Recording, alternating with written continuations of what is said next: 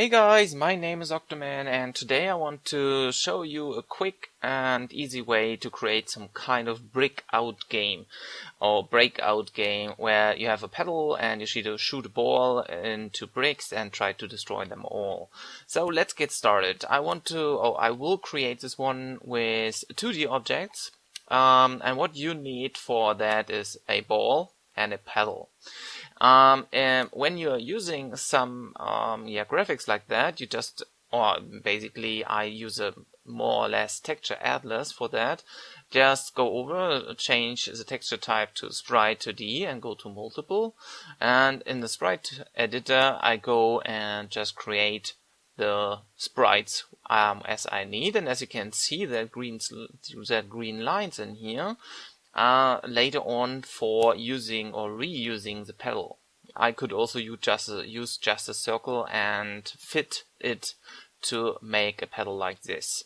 What I have done is at first I did an automatic slicing on my texture atlas, and when you select this one you can take that green spots in here, or that, let me undo this, that green spots in here, and you can drag them to create a border, and that border is going to represent that everything inside that or outside, which is calling what the border is, will not be changed on scaling when you're using sliced images. And sliced images are used to slice. Oops, that was wrong.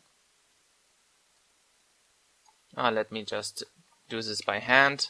In my case it is border 8 by 8 by 8 by 8. Also I want to rename this one to pedal. And same for the ball. The ball does not need anything except a name, and we have a ball.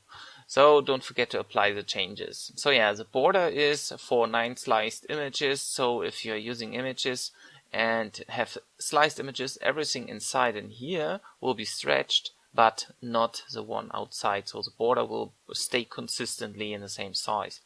Okay, let's apply this and return to Unity. What I want to take is, or what to create is a canvas. So I say UI canvas, and inside of that canvas, I don't want this to be in the event system. Inside the canvas I will place all the images, all the stuff I need, the panel, the ball, the bricks and all the other things, because since I using images, I will explain in just a second, I need to take a canvas, otherwise I couldn't see the graphics on them. Okay, so let's get started. I want to create the panel at first, so the pedal.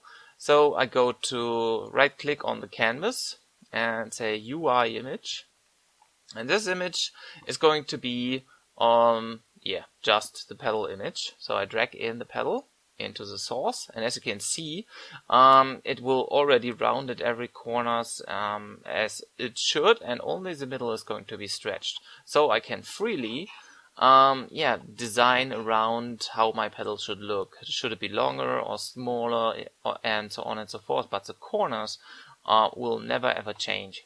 They will stay in the 8 borders, or in the 8 pixel borders, as I have set them in the sprite editor.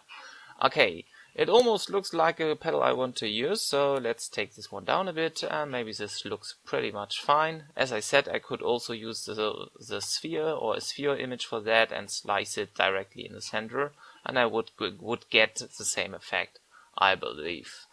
So, okay, this is going to be my pedal, so I rename this one into pedal and drag this one down in just a second. What I need on my panel, of course, are some physics components. You can use 2D physics or 3D physics. It doesn't really matter because it's all keeping the same.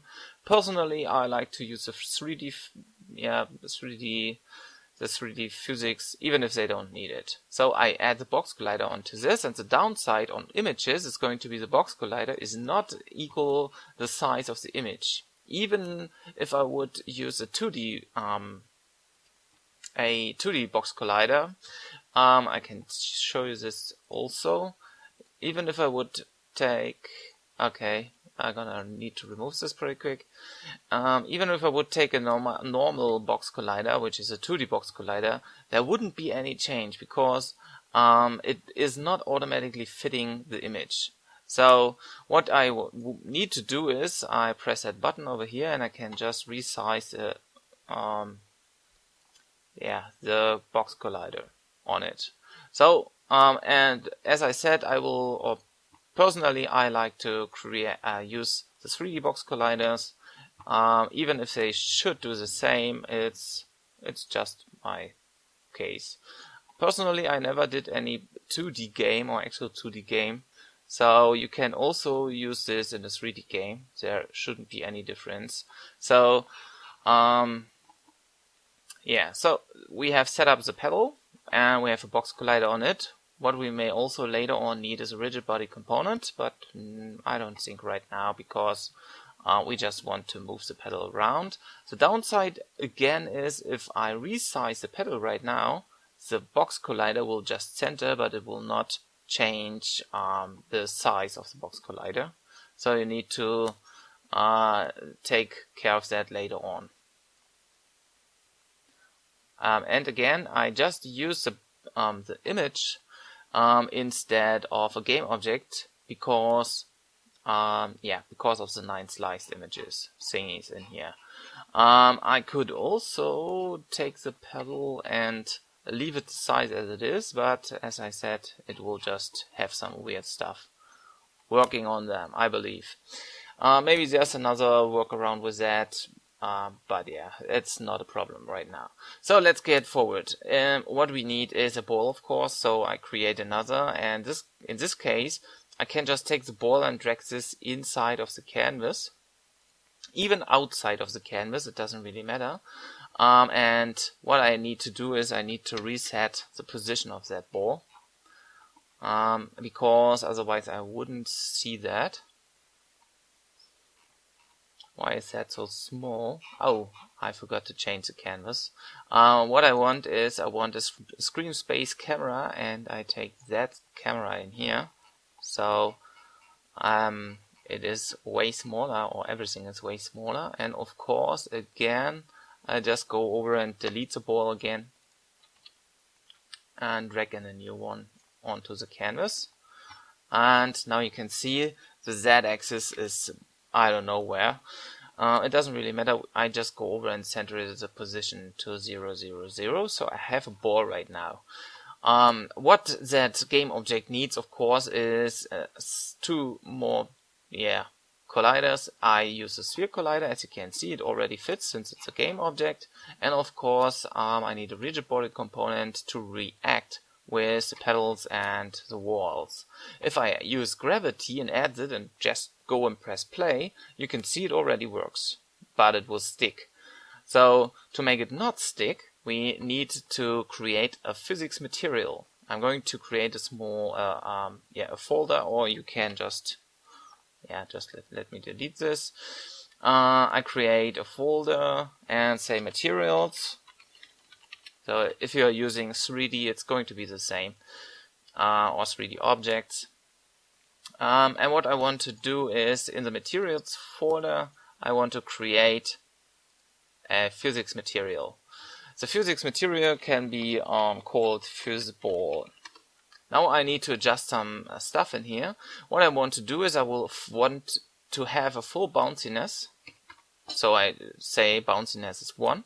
But the problem is, the friction actually will slow down the ball. Let me introduce or show you what's happening. Okay, as you can see, nothing is happening. Oh, of course, I need to take the ball physics component or physics material and place it in the sphere collider. And now I also can freeze the position Z, since I don't have any depths in my game. Now it should bounce, but you can see it is going down and will just slow down too much. So what I want to do is I want to combine it to maximum. So it will bounce the whole time and will add to other bounces. And it will over time go always a bit higher, a bit more into the bounce, since it adds up. But that's not a problem. I believe this is pretty much fine. So what we want to do next, we need walls and bricks. So again, I go into my canvas, go to my textures folder and create another pedal. This pedal again can be a game object, or I just drag this one in here and rename this to wall. So if it's a game object, like this is right now, at first I need to reset that. So now you can see if I stretch that and stretch that around, you can see the corners are not actually doing anything in here. I could also get rid of that because it's going to be a bit faster. I don't use any sprite. Oh no, this wouldn't make a change, I believe. Okay, so that's a problem. What I can do or could do is I at first go and delete the wall again, and what I do is I create another game object. No, not a game object, a image. I will fix the image into the left side like this, or maybe more or maybe less, and we need again physics box collider. Again, this box collider is not going to fit the size, so we need to scroll in and drag out the collider edges until we are where we want. Make sure that you are happy with the size already, so you don't need to fiddle around with the box colliders again. So why did I use an image? Well, again, I can drag in the pedal as sprite. And it should, that looks good. As you can see, it is not taking the borders away or doing something fancy with the borders. Okay, so let's rename this one to wall.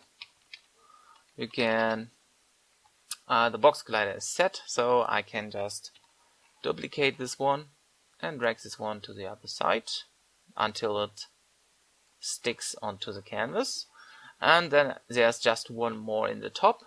So again, create another image or just copy that wall or wall object, drag this one somewhere where you want that, maybe like this. And the box collider, the easiest way I believe is just remove it or just go and drag around the edges like this, and the top down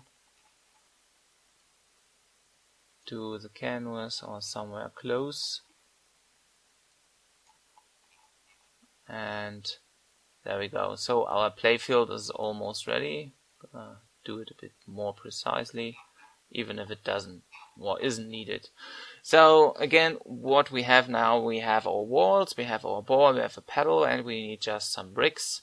And those bricks can be or will be the same, will be other images. So create other image, and I call this one just brick. And this will also have my pedal graphic. So I have the round edges again, and I can create any brick style types, whatever. Okay, so, and also every time you want, you can just color them in any color you want. Maybe, I don't know, any color. Like so. Okay, so what I want to do next is I go into my prefabs folder and drag the brick inside the prefabs folder, so I can easily change all the bricks and brick components I later on work with. So what I do next is at first, again, a box collider for this one, gonna edit and fix it to the size.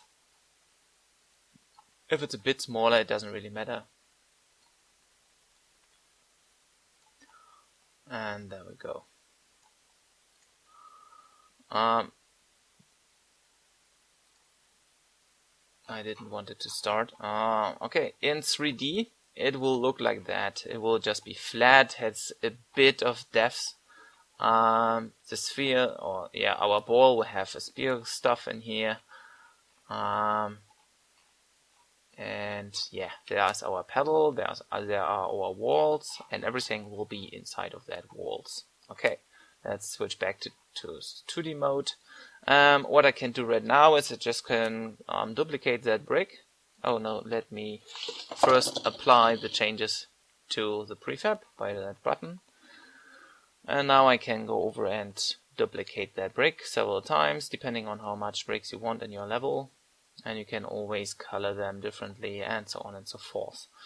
Gonna duplicate those.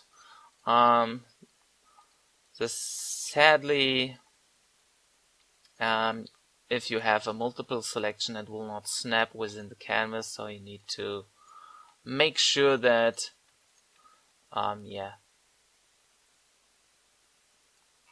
you did it, or you do it right, or basically you fit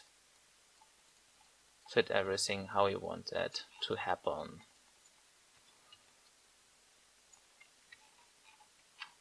Okay, so there we have our bricks, and we have our ball, we have our paddle, and now we just need to script all the things inside. So let's create 2 scripts, or at first let's create one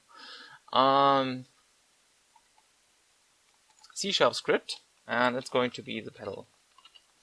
The pedal will have a lot of stuff inside, and will handle all different, a lot of different things. So at first we want to make sure that the ball is going to move and the pedal is going to move. So we have several different options. I will increase the size for better readability. I hope this is going to be better seen.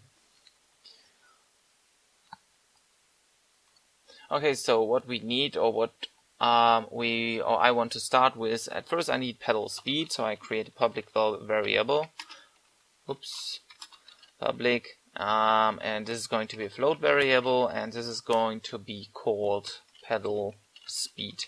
So I can say how fast or how slow I want to move my pedal, and gonna set this already to 10.f or 10.0f. Okay, in update, I want to make sure that I can translate the pedal around to left and to right. There are 2 different, or a lot of different ways, or basically, several different ways to do that. So the easiest way for now is just we say transform.translate, and then we can translate, and then we can just set this to any position. And what I want to do is I want to say pedal speed times time.delta time, and also we want to, or I want to use input. So I say input dot get axis. I just use keyboard inputs for now, or basically axis inputs. And what I want is I want the horizontal axis for the input. So I need to call this horizontal.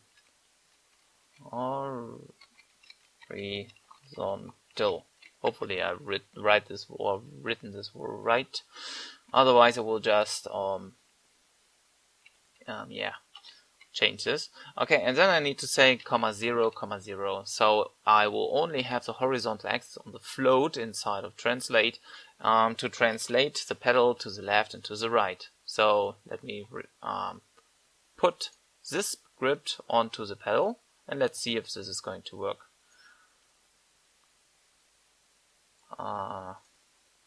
Again, I just drag this in the scene. There we go. And now we have the pedal speed in here, and we can just try to move it just by using the buttons. As you can see, now I can move the pedal around as I want. But there is nothing else happening except just the ball is hopping around because of the gravity, so we need to get rid of that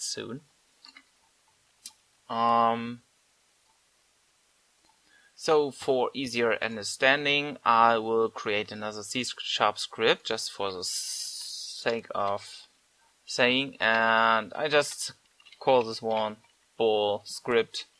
I believe I better rename this one too, but I do this in monodevelop. Let's open this.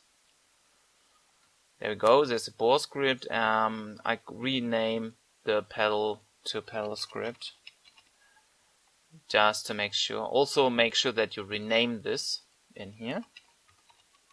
Otherwise there will be problems later on. Okay, and in my ball script, I just want to add some force on my ball. I give that thing a float ball speed or force or ball force for just testing around, and say 200F. And at start of the ball, I want to say just basically in Unity 5 and up, you need to get the component of the rigid body to access the rigid body, and use forces instead inside. So what I need to do at first is I create a rigid body. Just let me do this in here. Rigid body. Rigid body, and I call this one just ball rig, maybe. And what I want to do is I want to get the component of the rigid body component on the game object, which is a ball. And what I want to do is I want to add force to that ball rig. So I can say ball rig dot add force.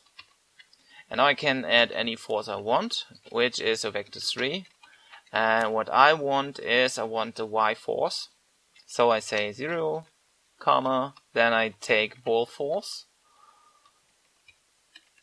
There we go. And another 0 inside. There we go. So on my ball itself, I will go over and I will fix that in just a second. On my ball, I will drag in the ball script for now, and let's see what he has. Some invalid.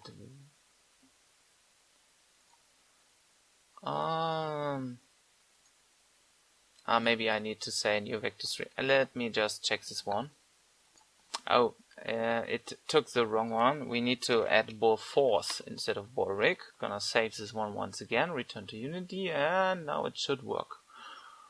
Okay, so currently it is still it still have the gravity on. That's why it's so fast. So I need to take care of that by unselecting use gravity, and there's any script component. Oh yeah, the pedal. I need to reattach the pedal script to that pedal because I renamed that, and now we are going to add forces to the ball.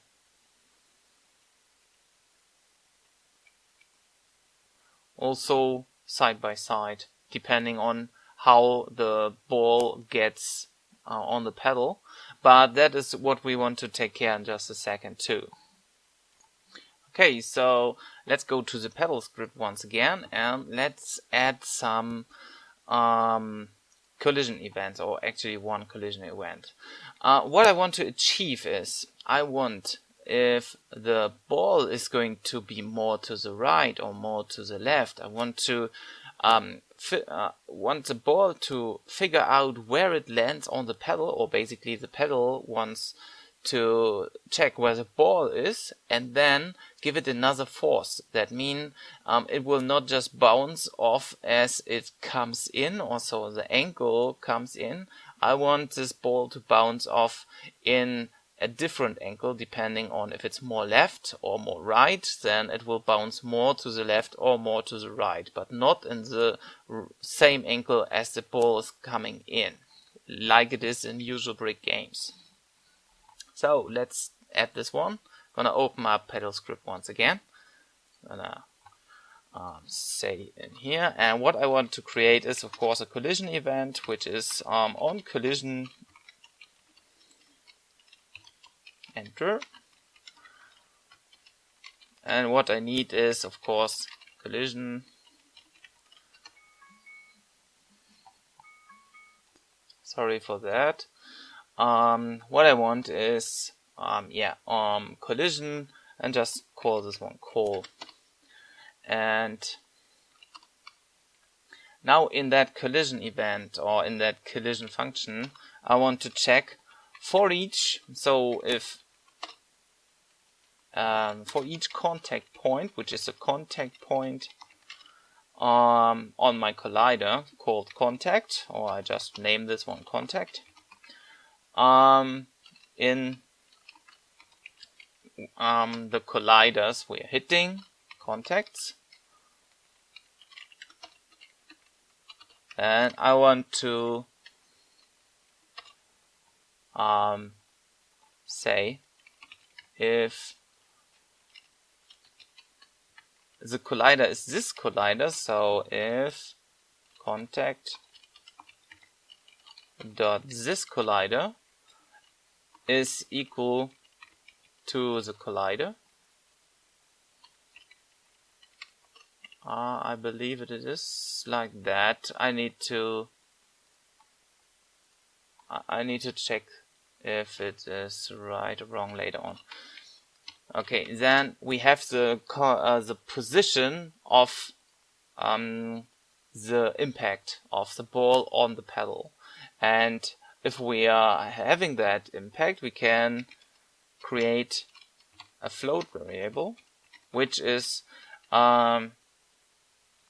calculating the size between, or the difference between the contact point and my current position. So let's call this, I don't know, calc anything. I just use it, call it calc, and this is going to be contact dot point dot x minus transform dot position dot x. And with that we can translate, with that we can add force in the right direction. So what we do next in here is we say contact dot other collider dot no, this is not working, I believe. We need to write it a bit different. Contact other collider dot, and what we need in here is we need the component of the rigid body,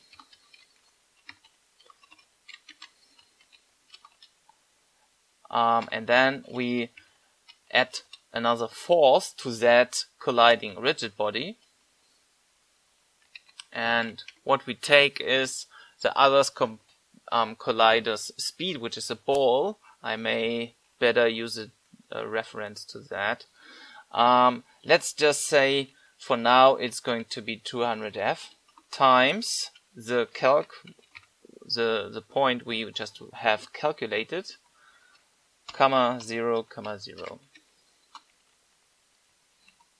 So let's test this one out. I'm not 100% sure if this is going to work. Let's check the ball just for a second. Or the ball script. I added 200 in the ball force, so let's just take this one for now. Let's see what the error message says. A variable value group was expected.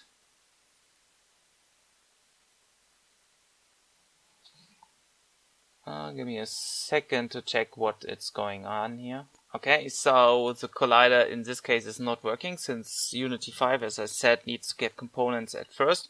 So what we do is at this point we just get our own component, which is going to be a box collider, and compare it with this collider, or the contact collider. Let's save this one and return to Unity. And now you can see no errors again in here. And yeah, let's test out where the ball is going to land. So if it's going straight down and up, it will just go down and up straight. If I move the pedal slightly to the left or to the right, it will be will fall a bit more to the right when I have the pedal to the right, and it will fall to the left when the pedal is more to the left. Let's test this, like so. So now it is adding the right force in the right direction with, no problems actually. I had to do a small break in here, so I need to go over and test out everything again. Well, what will happen is now the pedal will react to the ball as it has to do, so slightly to the right will keep the ball hopping to the right, and if the ball lands on the left side of the pedal, then the ball will react with the right force. Okay, so far so good. What I want to do next is I want to clamp the pedal inside of the view. As you can see right now, it's not clampable, or it's not clamping. Oh, it is clamping because I was testing stuff. Let's go back. Right now I cannot clamp that if I have a pedal speed of 10. Then it will go outside of the game view, and that's not what I want. I want to clamp this inside of the game field. So what we need to do is we need to write some new code. Instead of transform translate, we are going to use some vector 3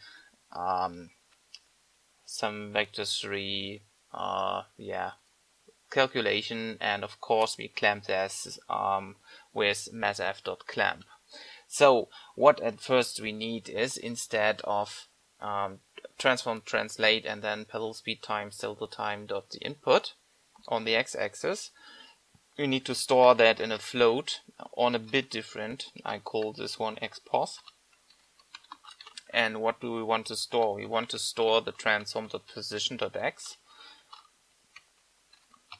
plus, now comes the input of our horizontal axis, which we were doing in here already. And what also we need is times the pedal speed. There we go. So we store that information inside of the xpos, which is a float. In the next line we want to store the current position. I just say var pos equals transform dot position.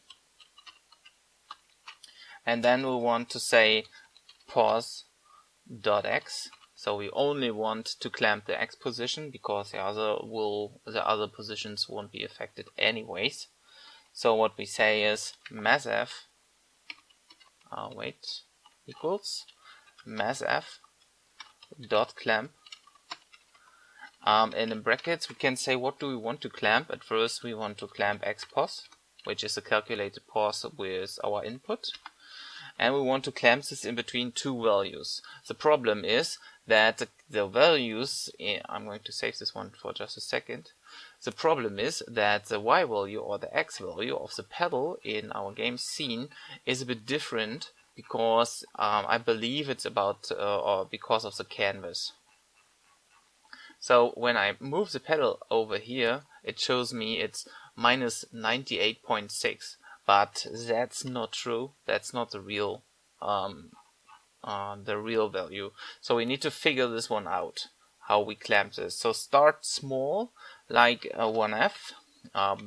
This one is minus 1f since it's a negative direction, and 1f. So the min and the max value. And of course close the line. And what we want to do is we want to set our position, or our transform.position, to the position we just calculated. There we go. So let's save this once again. Return to Unity. Those errors will disappear. There we go. And now we test this one out. So now, as you can see, I'm moving pretty fast, and I clamp, but I'm not clamping the right, differences. So I need to say, okay, let's clamp this between 2 and 2. And of course, the next thing is, what we need to care about is our pedal speed in the inspector. So let's reduce this to 0.3 instead of 10. There we go. I'm gonna save everything just in case. And now we are clamping the pedal. It's a bit laggy at the moment, I'm sorry for that. We are clamping the pedal in the screen almost at the right position. We could just go and fiddle around with that small amount in here too, but basically, as you can see, this is pretty good, pretty close to what we need. There's a small gap, but we don't care about that because the ball wouldn't go or come into that point anyways. Okay, so cool. What we have right now is we can move the pedal, we have clamped the pedal, we have a moving ball. Now let's just destroy some bricks. So we need to create a new brick or a new C# script, and I call this one brick script. Oh, not like that. Brick script. Gonna open this one in monodevelop. There we go. And what we want to do is we just need another on collision enter. So let's say void on collision enter. Collision enter. And I believe I have a typo like here. And in this on collision enter, we just say, oh yeah, we need to have some type in here. So this is going to be a collision, I believe. I'm not 100% sure. No, I don't think we need that. What we want to do is we want to just destroy this game object on any collision, I believe. So let's save this one. And since we have a prefab from our brick, we can just select this one in our prefabs folder. And then it's on the right side. The next thing is I just go to scripts and drag in the brick to that. And now all our current bricks will already have the same script component. So let's test this one out. As you can see now, the ball is hitting the bricks, and so this way the bricks are all destroyable from the scene. As you can see, it works pretty good. The ball is kind of a bit slow, also as you can see, is able to stick on the on there. So we might to change something in code again, or maybe we add some more speed to the ball. Maybe this one will help. Okay, let's see what we want to do next. The next thing I believe is we don't want to start the ball at the position where it currently is. I believe we want to start with the ball when it is sticking on the pedal. Somehow I cannot move this. Give me just a sec. The ball. Move. Okay, so what you may want is that the ball starts somewhere there. So when you start to play the game and you can already move the pedal around, then you can decide where you want to start to shoot the ball inside the game field. And also, if the ball is lost, if it's under the canvas, for example, then you may want to make sure that it's going to be or going to have a spawn point or respawn point in the middle of the field. So what we want to do next is create such function. The first thing what I need to do is I need to make a prefab from the ball, otherwise I cannot just instantiate this one. The next thing is in my pedal, I want to go again into the pedal script and create. Let me just get rid of those. This will be in here for a bit more, but I will change this one in a bit later on in the pedal script, of course. So what I want to do is in the pedal script, I just create a new public game object, which is going to be our ball prefab.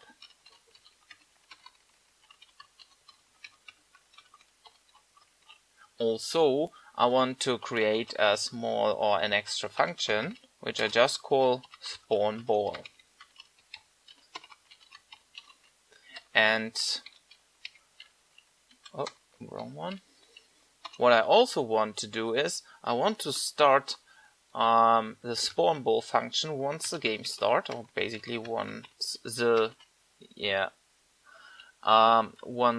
pedal script is actually started. So we say we start spawn ball once we start. Okay, what do we need next?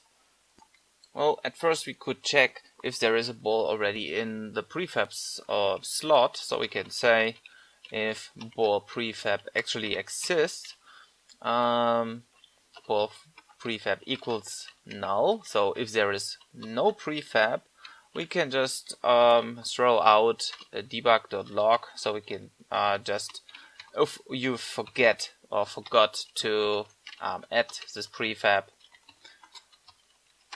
we can just prefab throw out an error and can also go and return, so we don't fiddle around with the rest of the code. Once we do, gonna show you this one. So once I go and start the game, there will be the message add a ball prefab, otherwise it wouldn't work. So that's what we see here. So what I do is I add the ball prefab in here. Now I can instantiate that ball prefab. So we say instantiate. What do we want to instantiate? Well, it's a ball prefab. And now we want a position and a rotation. Basically, a rotation does not happen, not for me and for now. So we can just say the rotation will be quaternion.identity, which is its original, basically its original rotation. So let me type this one out. Quaternion.identity. This will be the rotation. But where do we want to instantiate the ball prefab? Basically, we can just say transform.position, because transform.position is the position of the pedal.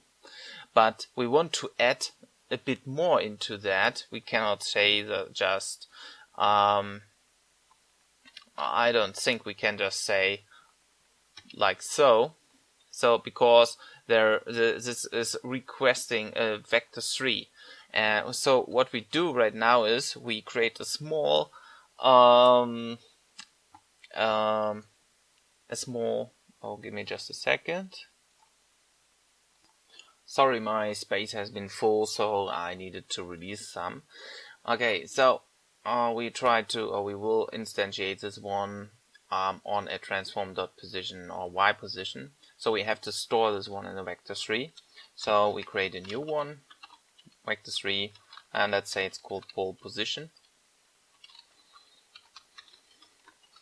And what we do is we create a new vector 3, or basically we say at first we need the pedal, or the pedal's transform position. So we need to add this to this vector.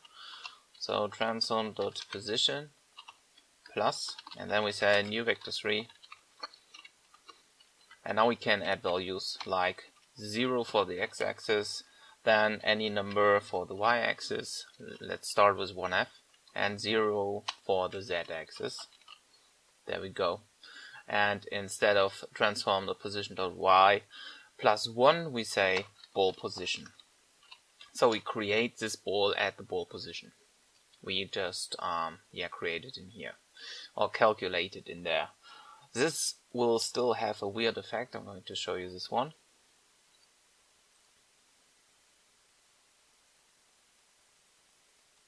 As you can see, it is far off the screen, and also it's too big. So what we need to do is we need to rescale its size, and also set its parent to the canvas, or basically set the ball to the parent as the canvas is. As you can see, the ball is outside of the canvas, but I want to affect the canvas, or want to do everything inside the canvas. So what I need to do for that is pretty simple. At first I need the space for the game object, or the canvas, let's say. So what we do is we say public transform, because we need the transform for the parent game object. And let's just call this one the canvas, since this is going to be the parent game object. And under that we just say, or could say, transform dot, and now we set parent and we say the canvas. The problem is this would set the pedal to the canvas, so we need to do something different. While we are going to instantiate, we just store that instantiated object to a game object. So we say game object called new ball, maybe. So we instantiate the ball prefab and store that in a game object called new ball. And also in the end we need to say as game object. So we instantiate this one as a game object, like so. Then we have the possibility to set the transform or the parent to directly on the new ball we just instantiated. So new ball dot transform dot set parent to the canvas. Let's see what this is going to do. For now, there we go. The ball is still inside because we forgot to add the canvas as the transform game object, so or as a transform. So we drag in the canvas into the corresponding spot and do the same again. Now what you can see, it is already placed in the right, or on the right position, I would say, but it's way too big, and because it's colliding with all that colliders, we have some trouble at keeping the ball inside the border, so it's gone or got pushed out. So what we need to do is we need to rescale it. Also you can see this ball clone is already a parent or a child of the parent or of the canvas. So let's resize the canvas, or basically the new ball. So we say new ball dot transform dot, and in this case it's going to be local scale, and we set this one to a new vector 3, since we need all 3 axes. 0, oh no, not 0, this will be a strange number. It will be 50f in my case. You need to know, or need to get your own number or your own size. So, and comma 0, because that axis is not affected by that, since it's a 2D object. So what we do, or what this does, is it will instantiate that bullet and resize it, so it will perfectly fit into our game again. So you need to figure out how big it is for you and try to get the right number of the right size. As I said, it's in 2D mode, and also inside of the canvas everything seems to be weird in sizes. So yeah, figure out what fits you best. Maybe it is the real size because my camera is far away. I don't know. It doesn't really matter for me right now. So with that done, we have the ball position. We instantiate this one somewhere 1 unit over the pedal. I'm going to fix that number right now. So I first go and press pause, then press play. What will happen is all stuff in the start will be will work or will start, and so we can see 1 unit away from the pedal is way too big. I want this to be a bit lower in this, or in my case. So what I do is I decrease it to 0.5 or 0.4f, and let's test this one out once again. Oops, gonna restart with pause again. And there you go. So now I instantiate the ball at the right position. But the problem is it already has a force because of the ball script, and I want to release that ball once I press a button. And also I want to make sure that if the ball is going to get deleted, I spawn a new one. So let's see how we can fix or do that. Okay, so now we need to do two things. The first thing is, at first I get rid of all the rigid body stuff inside of the ball script itself, because I don't want to do it separately. So I will start everything in the pedal script. I'll also get rid of the force in here, and I'm going to increase, or actually say or set the public variables for this in here. So I set the float for the ball speed once again, or the ball force. So I can, what have I done in there? Let's just save this. The ball force to 200, and the cool thing is, if I'm doing this in here, I can just say in our onCollisionEnter function, I can just say this is going to be the ball force. So I can change the ball force anytime, and the force will be always the same. Same for shooting the ball or releasing the ball.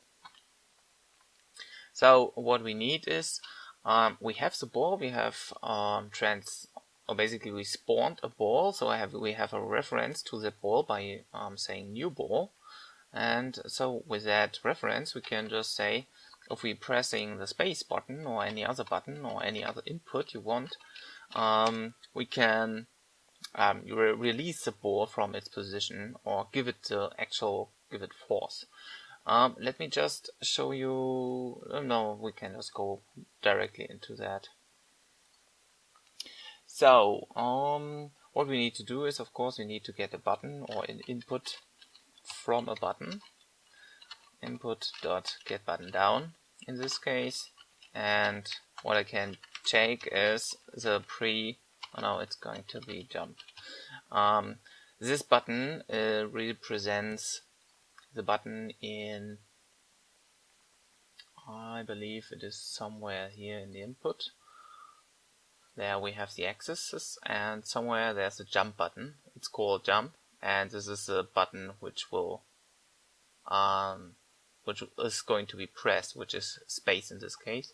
So we can always rename this button or do anything else with it. So, but I just take the jump button, which represents the space button basically, and so when we press space we will release the ball, or actually give the ball some force. So everything we just did in the ball script, or basically we just do in here. So we get the rigid body component and then give it some force to the rigid body. So our new ball, I'm not sure, we cannot do this like I wanted. So what we need to do is, we need to create the game object in here, or a reference to the game object, new ball equals null. So we start with a blank one. You don't need to write null. So we cast this one as a game object inside of that. And now we should have the possibility to have the reference. What we want to do is, at first we want to get the component, which is again the rigid body component.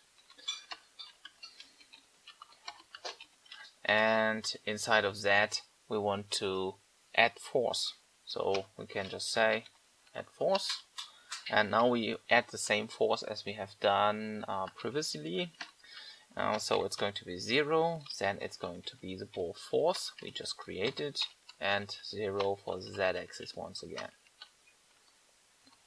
So save that. Also I want to make sure that there is a ball in the scene, or a new ball is not null.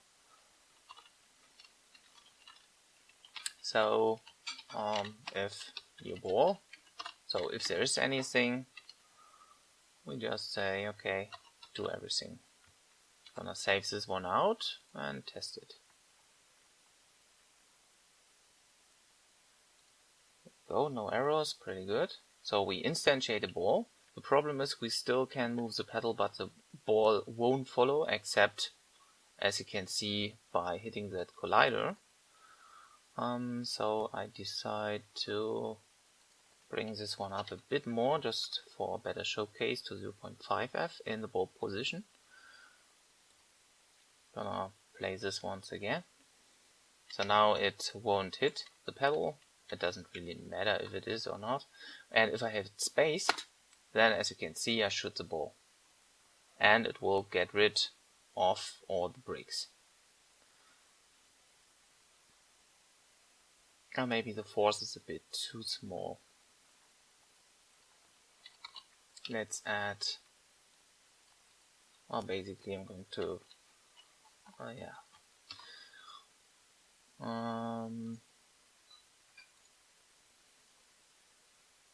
let's get into the pedal again and increase the ball force to 300. Maybe that's a bit better, I don't know. Oh, it's pretty fast already. Yeah. So 200 should be fine for now. Maybe I need to fix some colliders afterwards or something else. Okay, so this is working pretty good. So if I press the space bar, I will release the spawned ball, or the current spawned ball. And what I want to do now is I want the ball, before I just shoot it, to follow the pedal on its instantiated position to the ball. So how can we do that? Let's see. Okay, so to keep it on the pedal, we need to write something different. So the first thing is I take if new ball is existing first, taking this one outside. So I want to ask for this at first before I even press. If there is anything, then we go and get the component or the rigid body component at first. Also, if we have released the ball, I want to set new ball to be null again. Otherwise, we would constantly add force when we press the space bar. So we need to get rid of the component or of the game object after it just released. So in here, if new ball, so if there is anyone, we say rigid body.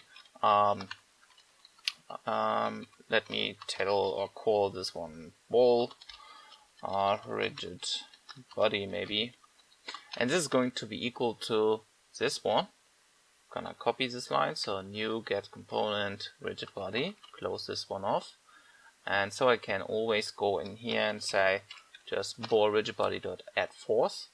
Also, since I want to keep the position of that rigid body, I want to say ball rigid body dot position is going to be equal to where we just created the ball. And let's see where it is. There we go. Transform the position plus the instantiate or the ball position. So copy that and paste this one in here. So it will always keep track of that position where we just spawned that one. We could also go and catch that information, so we don't have double stuff in here. But for now, it's just okay. And the last part is let's see. Oh no, there's everything fine so far, I believe.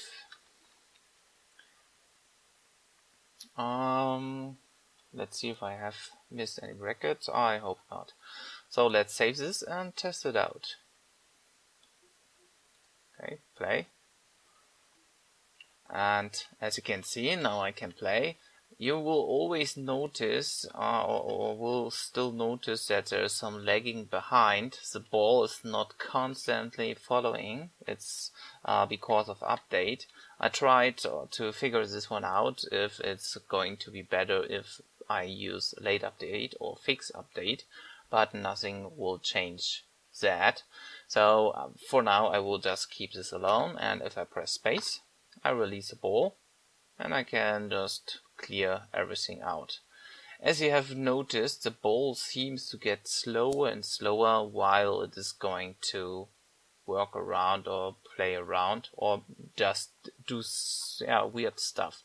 What I want to do is I want to go into my physics ball material once again, and I want to get rid of dynamics friction and static friction to all boss to 0, and friction combined will be to minimum. So this should get rid of every friction, I hope. So once again, if I shoot this ball in here, it's still not cool, but okay. I thought I could get rid of that wall sliding or wall walking stuff. But as you can see now, I have a pretty good running game, except sometimes it seems to be not working properly. So maybe we need some more stuff in the corners. But not right now, I believe. I think this is pretty good so far. So don't forget to save often. And yeah, let's see if we need anything else. Except score. Oh yeah, we need to make the ball die. So yeah, to get rid of the ball when it is under that position, we just create another prefab actually, or basically a dead zone, for example, which is just a collider again. And this can be a collider or a trigger, basically it doesn't really matter. So just let's create, what do we create? An empty game object would be pretty fine. So, and I go over and just drag this one outside, maybe here. Also, I want to add a new component for this, which is again physics box collider. Hopefully it is not okay. That's again another problem. Let's see if I can just take the pedal in here again.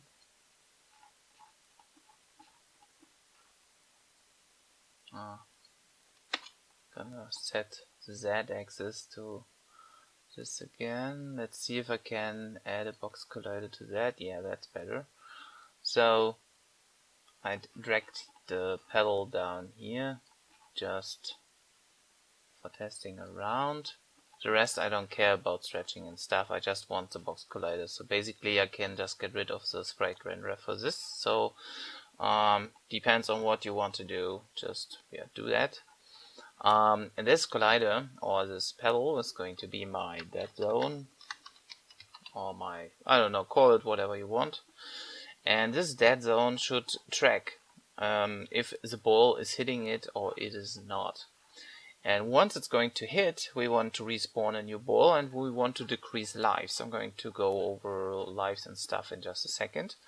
So let's go to our what do we need? Let's see. Of course we need a new script for this. So let's go into our scripts folder, create new C# script. It is going to be our dead zone script, which will just check for collisions. So go into dead zone script just like this, and now we can say on void, of course, void on collision, enter. And this time we need another collider to ask of, and this is going to be of collider other in this case. And what we want to do is we want to check if the collider we were hitting has or is a ball. And the best way, I believe, is to check if the object which is colliding with our collider has the ball script, the ball script on it. So, and that's what we are checking for at first. Oh, and what I want to do is instead of using on collision enter, I use on trigger enter. This is way better, I believe. And also we need to set our dead zone's trigger box collider to be a trigger zone, so the ball can, no matter how fast it is, just fall through, and it should register this one. And the next thing is, yeah, we want to check if there's a ball script on that particular, or on the hitting collider, or the other collider in this case. So let's just take a reference to that. So let's say ball script, and what we want to check is other dot, so it will check for the component inside of that. So we get the ball script, if there is any, then we take this one and store it in ball script. Now we can do something with that ball script if there is a ball script attached to the other collider or the other game object which is hitting that collider. So we can say if this actually has a ball script, so if ball script, so if this returns true, then we can fiddle around inside of the ball script, and the ball script currently is kind of empty since we just cleared it off. And we create a new function for the ball script. So we say ball script dot, and now we can call any function. Currently we don't have any, so we just create a die function. As you can see, it's currently red, so we will fix this one pretty short. So we say void die, create a new one. Oh, don't do that. And what we do here is we destroy the game object at first. Hopefully this is going to work, otherwise we need to change stuff. And the next thing is we want to respawn in our pedal script, so we need to get a reference to the pedal script and fiddle around inside the pedal script. So at first we need to find the game object or the pedal script, which is in this case a game object. So we just say game object pedal equals, and then we say game object game object dot find game object dot find, and which is called pedal. And once we have found this, we can access it. So say pedal dot, and in this pedal we want to get the pedal script. So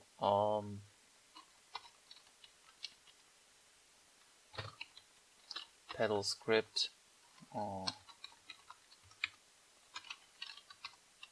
let's do it like this. So pedal script is going to be the pedal dot game object dot find dot get component, like so. And now we want to get the pedal script.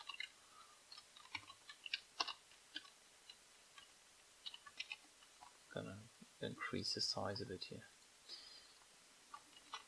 And what we want to do now is we want to say pedal script, which is the lowercase one, and now we have the access to all public variables inside of the pedal script, also to every function. And now we need to set the spawn ball function to be public, otherwise we cannot access this. Don't forget to save the pedal script, and then we now should have spawn ball as a function, and just call this one.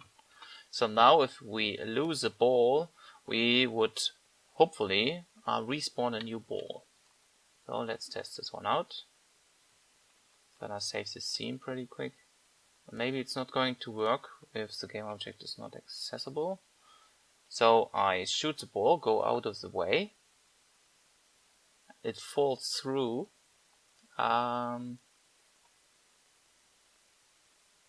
it didn't get noticed by the dead zone because we need to save the dead zone.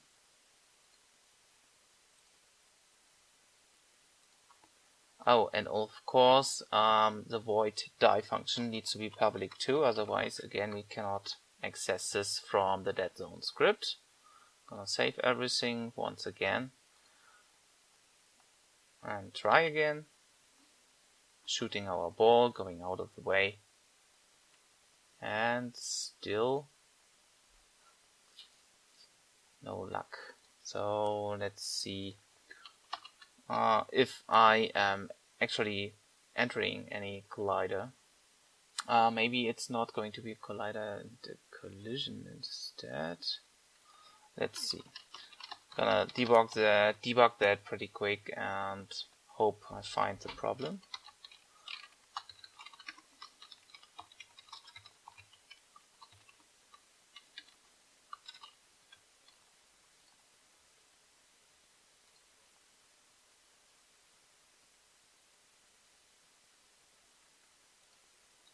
Gonna go away. Okay, debug is not firing.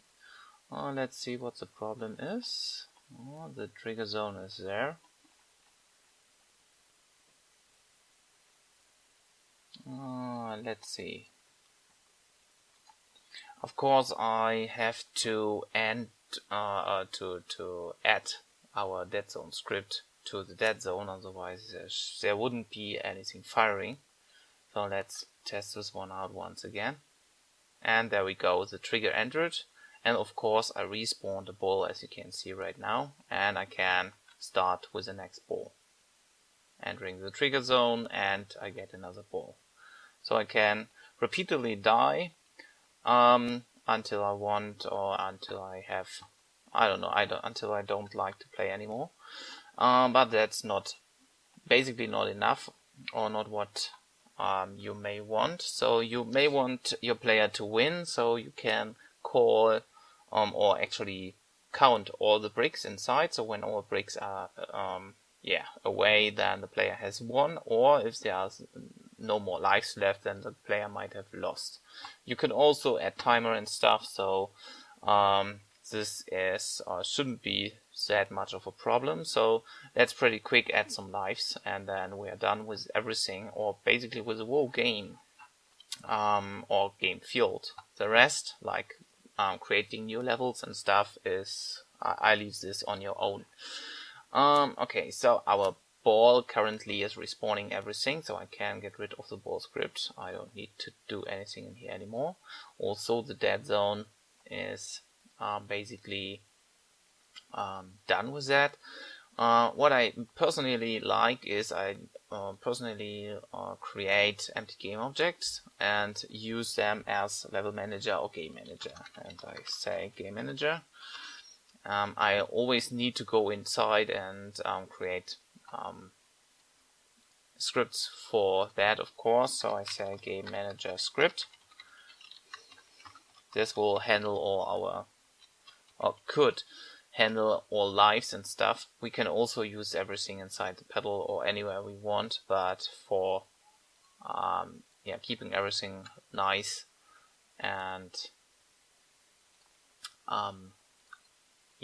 or organized, of course, then we can do that.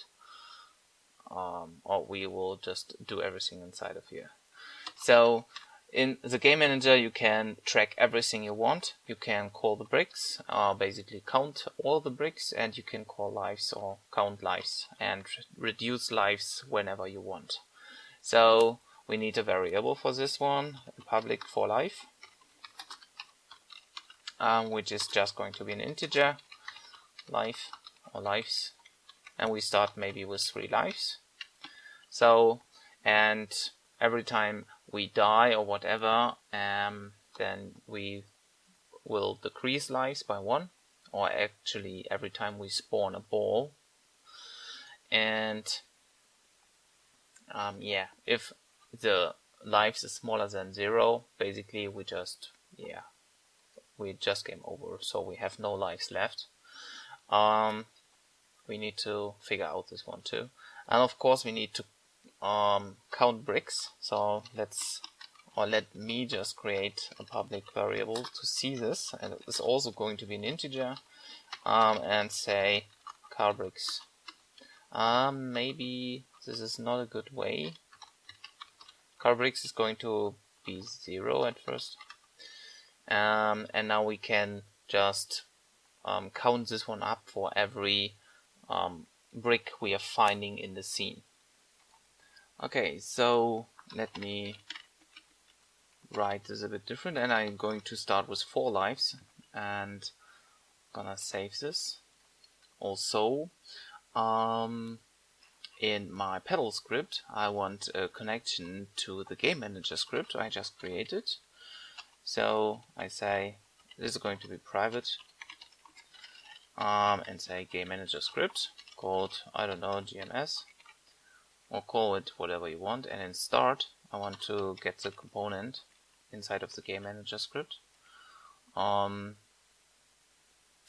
the game manager object. So GMS equals game object dot find, and here we want game manager dot get component, which is going to be game manager script, and that's it. So every time I spawn a ball, which is in here, I can say GMS dot, and in here we have lives, and now we decrease lives by 1. I'm gonna save this one.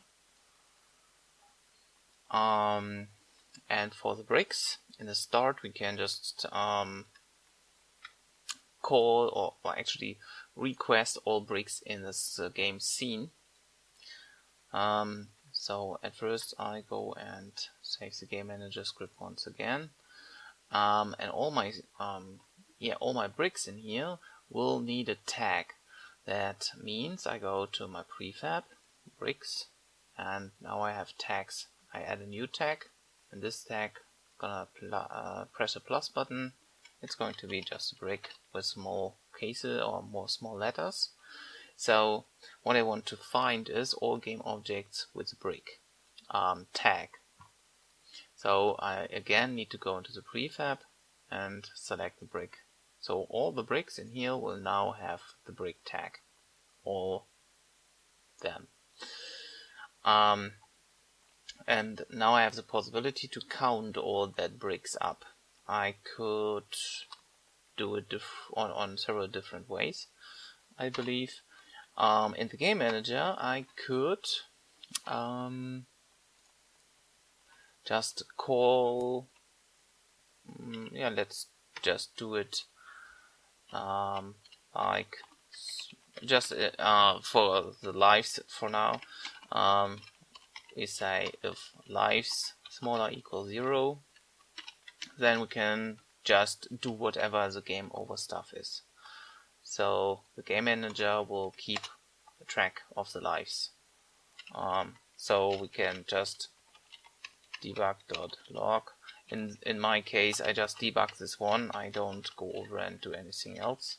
I just you can just go to your game over scene from here, or do whatever you want. I just debug.log game over, and so we know, okay, we don't have any lives left. And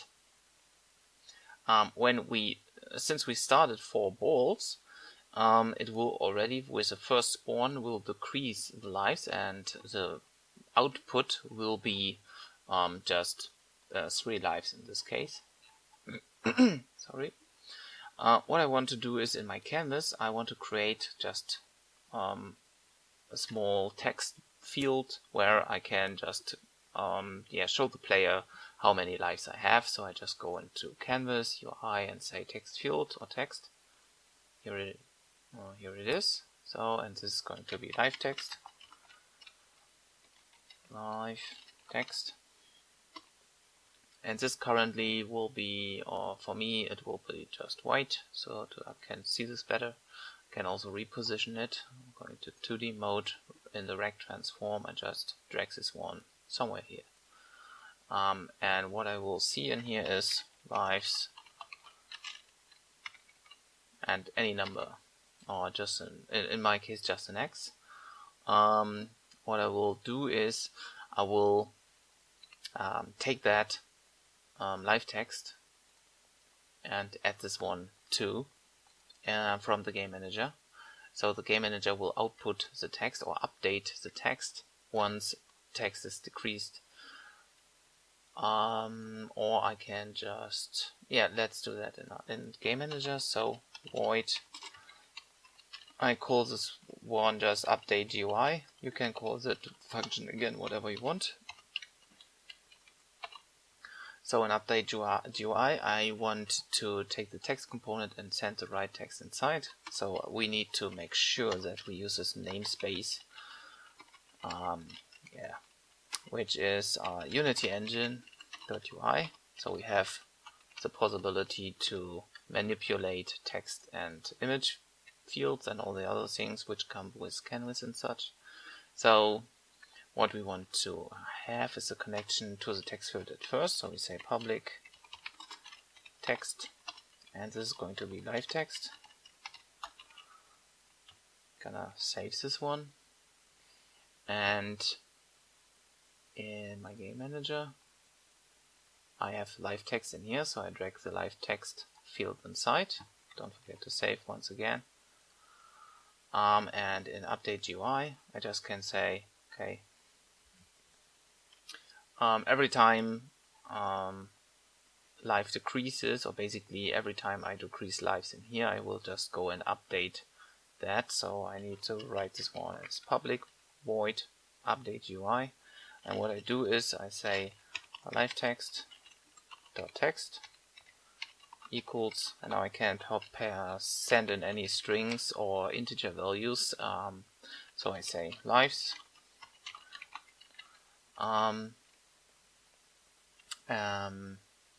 with a space plus, and then I say lives dot to string, because it is an integer, I need to convert it to a string. So that's it. So we have an output or an update output whenever we change live, or whenever live changes.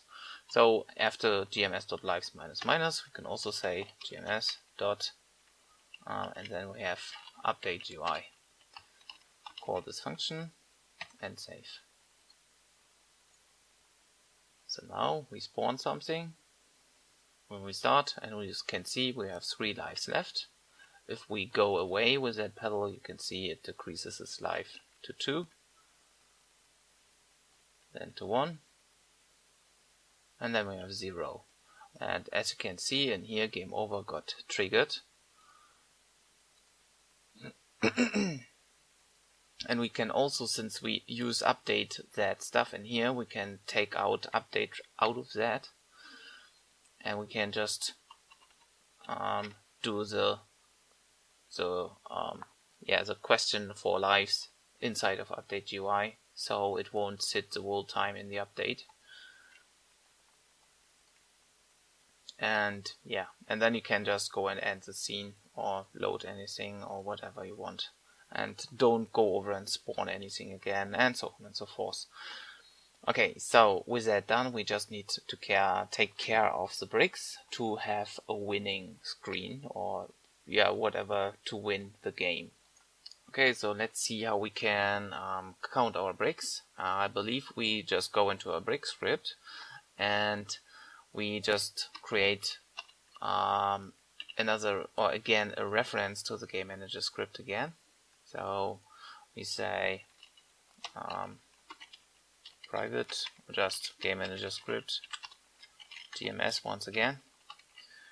At start we just go and say GMS dot equals again game object dot find, then again the game manager.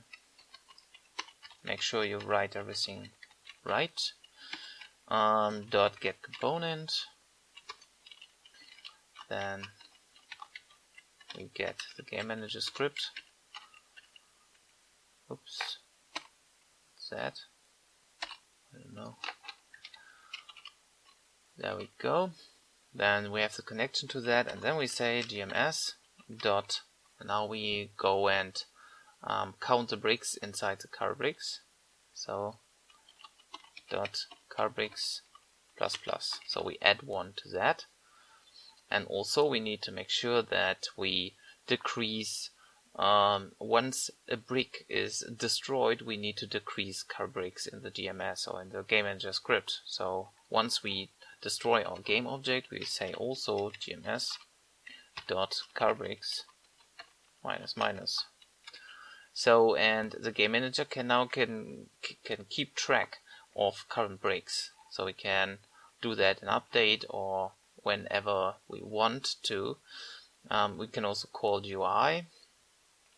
We can also add points for this. So let's say public, maybe let's call this one score. It's going to be an integer 2. And every time we start at 0. Every time we kill a brick or delete a brick, we can just increase the score by whatever amount we want. So we can also say gms.score plus equals maybe 10 points for a normal brick. Also, we can have the brick have more than just 1 life if we want to. So that means, or hit points. So we can also say public integer hit points. And basically all of them will start with 1 hit point. You can later on do 2, 3, 20, I don't know how many hit points you ever want for your bricks. And you can also say if hit points in here, if hit points smaller or equal to 0, then we just do all of that stuff. We can also call a new function. It doesn't really matter. So if the hit points of the bricks are down to 0, then we destroy the game object. We count or decrease current bricks into GMS, and we add some score for whatever reason. So let's save this one, go back to Game Manager, and in here we want to add another text for the score maybe. So public text, I'm gonna call this one score text. Score text. So we have a reference to that, and we can also say we call update UI whenever whatever changes. So we say score text dot text. It does not exist right now, but we will write this or create this in just a second. So score equals, and then we say plus, and then we say just take the score and again convert this one to a string. So we can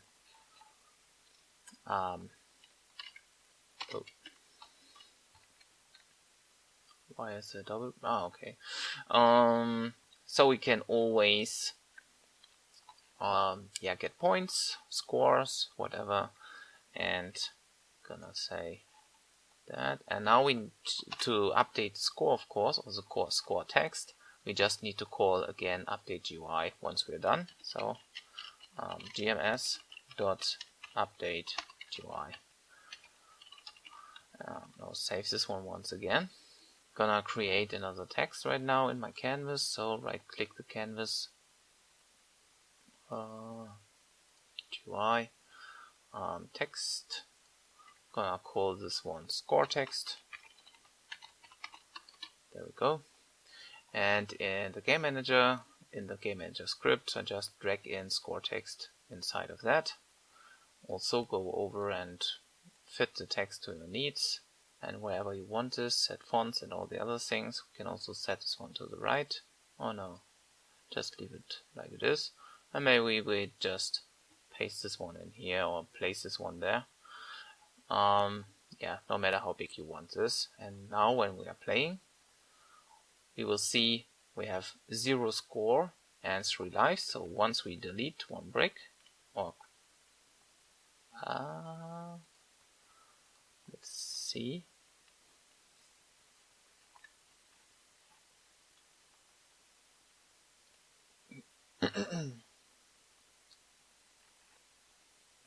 Let me see where the problem is. Of course, we need to decrease hit points when we hit the collider. So hit points minus minus, and then we do the check. So once again.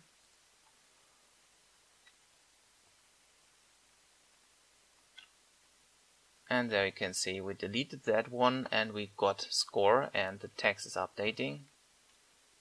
And basically now we would be game over, and now we can go and check the scene. So the last thing is the game manager now needs to take care of the current bricks, and we can also do that in the update GUI function basically. So we only call that when a brick is getting deleted or whatever. So if car bricks, I hope it is working, if car bricks is smaller or equal to 0, so we have no bricks left, then actually we can call the winning screen. I personally go right now and call just debug.log, and we say you win. You can later on just call your game scene with your winning stuff, or I don't know, get rid of the canvas, or blend in any other panel, or overblend any other panel, do all that stuff in another panel, and so on and so forth. So I just go over and check if I have won or not. Also, you can go and load the next level, of course. It depends on your game style. So I'm gonna save everything. Just wait for the compiler to complete. And now let's see if I can just delete or get rid of all the bricks and get some score. You can later on, or of course, create a high score and stuff.